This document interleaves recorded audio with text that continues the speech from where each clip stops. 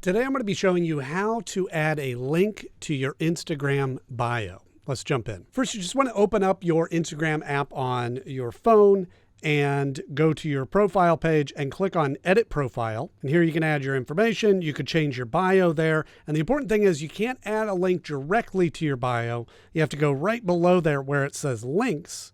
Click on that. And then you could go up here where it says Add Link. Then you want to type in or paste the URL from whatever you want to add into there. I'm just going to paste a link in there.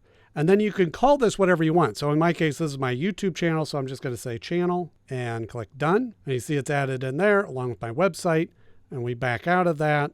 And then when we look at our profile, you can see I have my website there. You click on more and you have your channel and you can click directly on there. And with that, you now have your links added to your profile page. Now, this is obviously a great tool to improve your Instagram, but if you're looking to really improve your Instagram marketing, then I've got a free resource that I want to give to you. It's a beginner's guide to meta marketing. And what this does is it covers things like content strategy, performance reporting, running lead ad campaigns, segmentation, and a whole lot more. Plus, like I mentioned, it's completely free. So just click the link in the description and it's all yours.